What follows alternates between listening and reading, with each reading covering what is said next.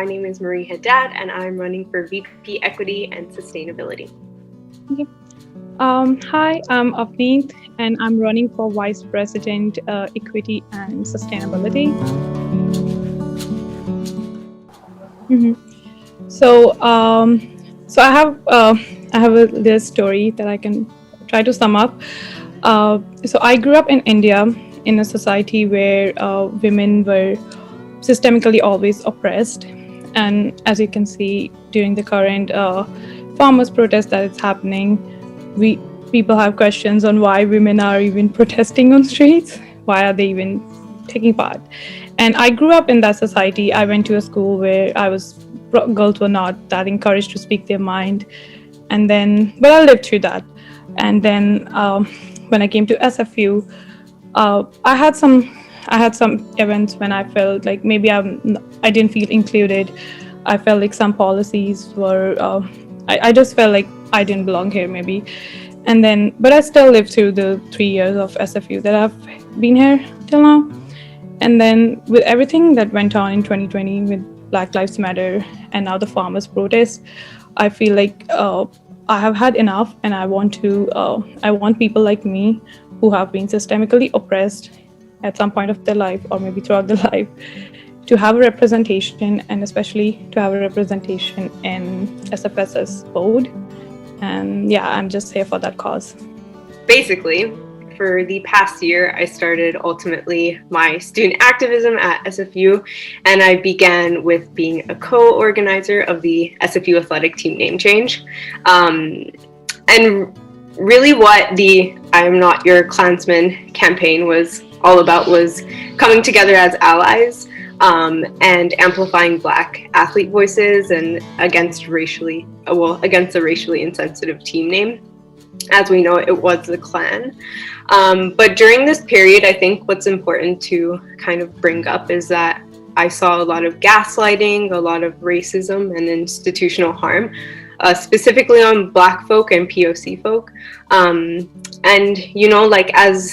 Even though the name was successful, several athletes were still left with a lot of trauma, and they weren't even provided any support. So I always think about this in a way, it's like almost like the institution was saying the name change was just enough. But of course it wasn't. It didn't address the lack of culturally and racially sensitive supports that were not in place. It didn't address the lack of space that Black folk didn't even have to come forward and kind of address these issues. And it didn't even attempt to make any resources to back it up and address even trauma. So when that took place, I understood that there was really a need for addressing this with the institution. And since there was a new president coming into place, I thought that would be the best time to have a discussion with her on the front line. So I took to the SFU BIPOC committee and became an at-large representative. And here we had really good conversations at the front line with Joy Johnson, Ramana Khan Hamani, the director of health and counseling. And we kind of just addressed the push for redressing the trauma done to Black folk, and then also addressing that nothing else was really done except a name change. And from there, we had some positive wins. So for instance, the Black Student Support and Healing led by Trisha Williams began, and we started seeing the president redressing the harm that was done in the summer with a statement. However, of course, there's still a lot of work that needs to be done. There's more intersectional needs that we need to address. You know, we're in a pandemic and we need more empathy for students, and we need to really focus on that. And that's kind of like where I come into place. And I believe, of course, that I'm ready to be at the helm of that movement, but also amplify and give space to folks who have already been discussing and putting labor into changing SFU to a more equitable and intersectional place. And I think instead of just coming into play when things are going wrong, I would be more than excited to be in a position where we're actually getting things done before things do get wrong, and addressing those issues, and talking to folks and clubs and people who've been doing the work to make sure that we're putting those things in place before those big events happen. Cool. So of course, like how I previously just said, we definitely need more culturally and racially sensitive supports at SFU, because of course BIPOC folk need supports to really understand where they're coming from an intersectional level. And the best thing to have is someone who's leading a support group that understands everyone's intersectional experience being in an institution. And of course, like, we understand that marginalized folk are probably experiencing a bit more during the pandemic. So just like providing supports, long-term supports that will really consider them and create empathy and understanding. But also, we were also very heavily considering and providing accessible bursaries that don't focus on GPA minimums and experience, but really looking into allowing students to be financially supported in the pandemic, of course, because of course it's not easy.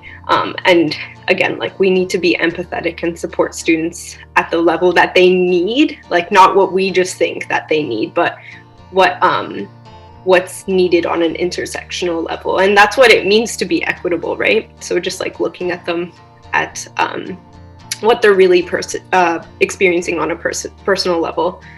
But lastly, like, a really important point as well is like having that conversation about Black and Indigenous student safety on campus as well, and making sure that, like, like houselessness is not criminalized, and that our policies are not vague, and that they don't get down on marginalized folk, that we're actually looking at these policies and reconstructing them and making sure that they're equitable and that sort of thing. Mm-hmm. So during the current times, there are a lot of things that I would say I would want to work on, including tuition increase, student repeat limitation, course repeat limitations, and student burnout, especially during the during the pandemic.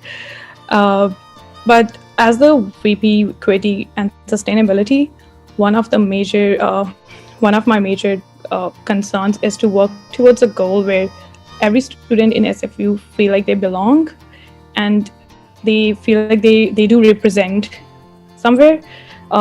For me, equity does not only mean making space for marginalized communities, it also means to bring them up, encourage them, and make a system where they feel represented. And and I can say from my experience, like when I came here SFU, I never felt like I have the skill sets to engage with professors, because I was just not culturally raised in a way to go talk to a professor, take their time. I always felt like I was just not encouraged enough, and I didn't feel like I had the proper resources to navigate that.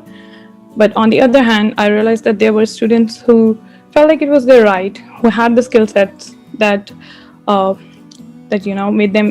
made it easier for them to approach professors and navigate the system. So yeah, I would want to work towards a system where students from different cultural, economic backgrounds have resources that can help them navigate the system. So I had the chance to review the SFS budget, SFSS budget for the, I think it was the year 2019 and 2020, 2019-20, and I realized that a lot of the student funds that were actually that were budgeted towards student clubs were not actually used. There around $80,000 were not spent by the student clubs. But then I also noticed that we do have, over the past 5 years, we do have some built up unrestricted surplus, which we can use to to provide extra funding to the clubs. But then I'm not sure why clubs were not able to use the already budgeted funds. There could be a lot of reasons to it. I'm not a part of the system yet, so I don't understand that fully.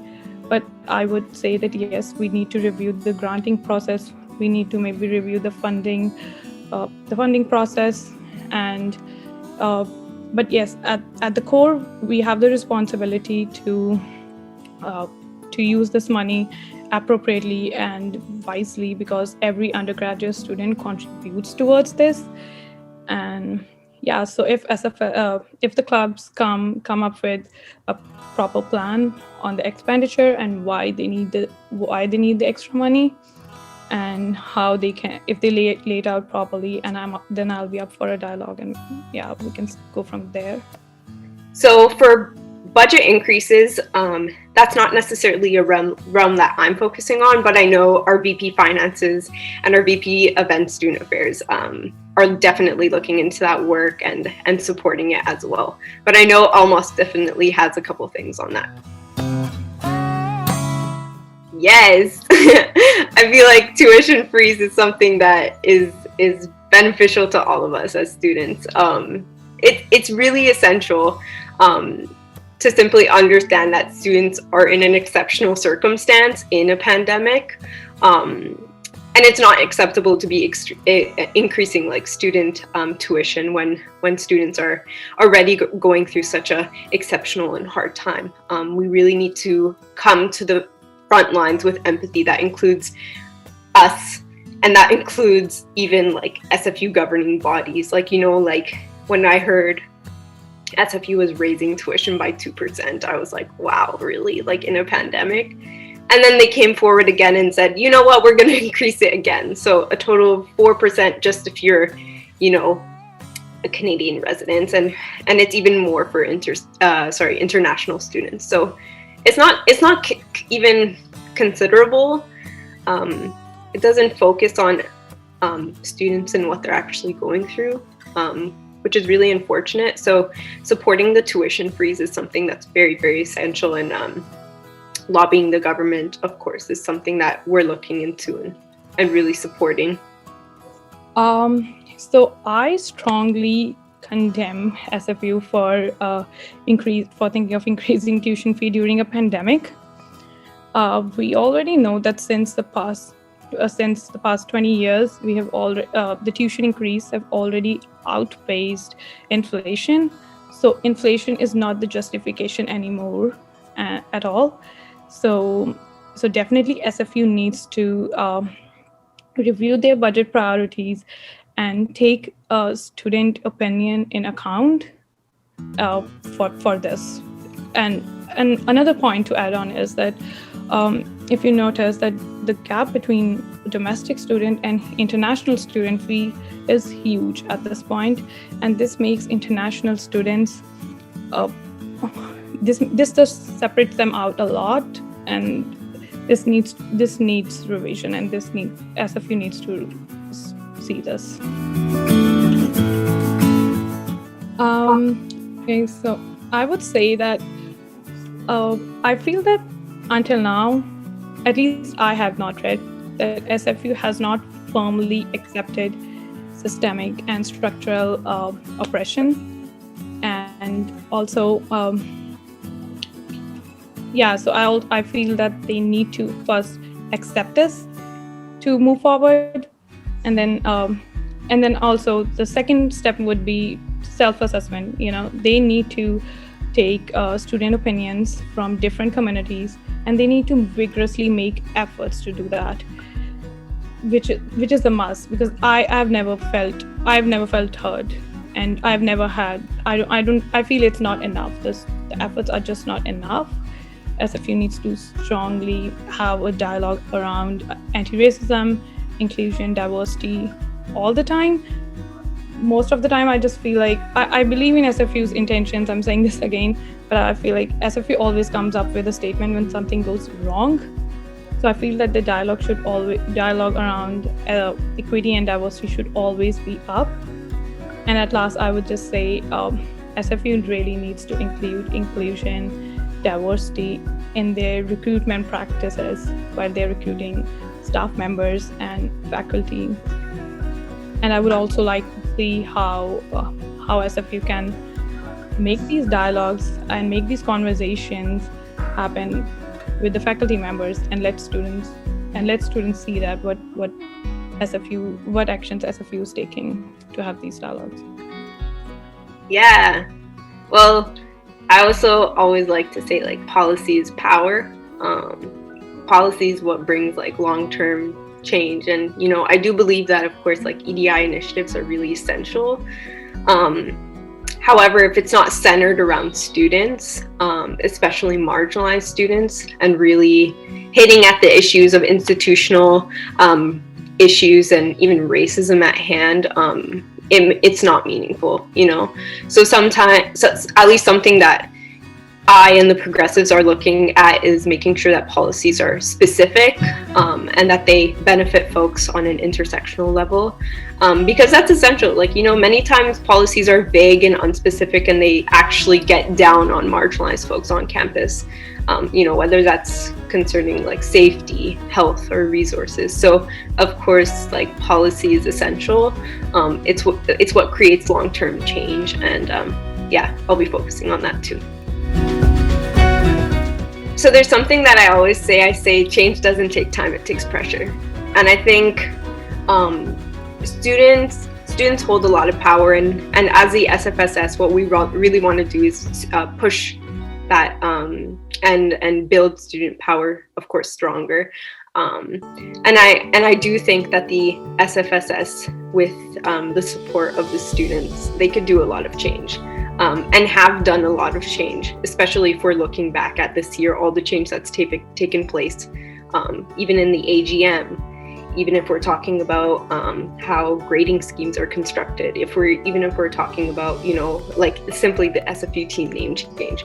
All of this was students coming together, mobilizing, and pushing a change forward. And, you know, I do believe that students can make this change too.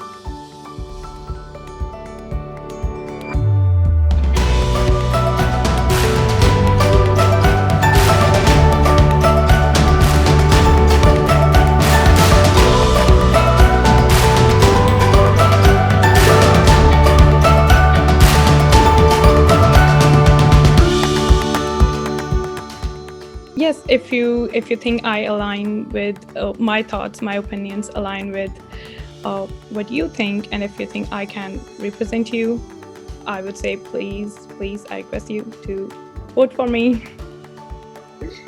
My name is Marie Haddad, and I am running for VP Equity and Sustainability. Vote on February 16th to the 18th for real change.